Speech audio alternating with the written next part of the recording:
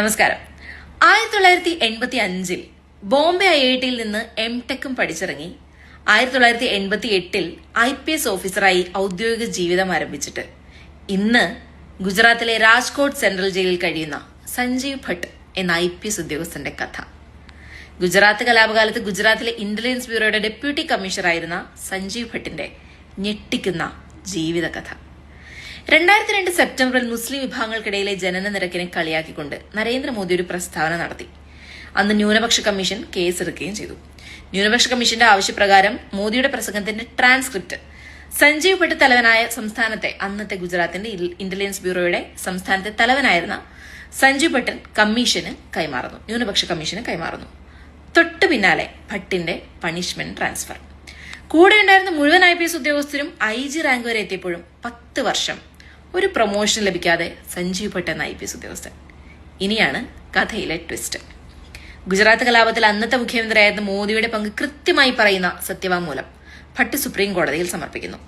ഗുജറാത്ത് കലാപം അന്വേഷിക്കാൻ പ്രത്യേക ടീമിനെ വെക്കണമെന്നാവശ്യപ്പെട്ടുകൊണ്ട് ഭട്ട് സുപ്രീം കോടതിയിൽ മറ്റൊരു ഹർജി നൽകുന്നു. ഇത് 2011 ജൂണിലാണ്.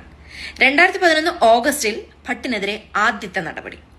ഡ്യൂട്ടിയിൽ അനാവശ്യമായി ലീവ് എടുക്കുന്നുവെന്നും അനാവശ്യമായ ഔദ്യോഗിക വാഹനങ്ങൾ മറ്റു കാര്യങ്ങൾക്ക് ഉപയോഗിക്കുന്നുവെന്നും പറഞ്ഞുകൊണ്ട് സസ്പെൻഷന്റെ രൂപത്തിൽ. പിന്നീട് ഇതേ കാരണം കാണിച്ച് 2015 അദ്ദേഹത്തെ സർവീസിൽ നിന്ന് പുറത്താക്കുന്നു. ഇതിനിടയിലാണ് ഗുജറാത്ത് കലാപത്തിൽ ഭട്ട് സമർപ്പിച്ച ഹർജിയിൽ തന്നെ ഭീഷണിപ്പെടുത്തിയാണ് ഒപ്പുവെപ്പിച്ചതെന്ന് പറഞ്ഞുകൊണ്ട് ഭട്ടിന്റെ അന്നത്തെ ഡ്രൈവറുടെ പരാതി. തൊട്ടു പിന്നാലെ ഭട്ടിനെതിരെ അടുത്ത കേസ്. പൊടുന്നനെ ഭട്ട് ജയിലറയിലേക്ക്.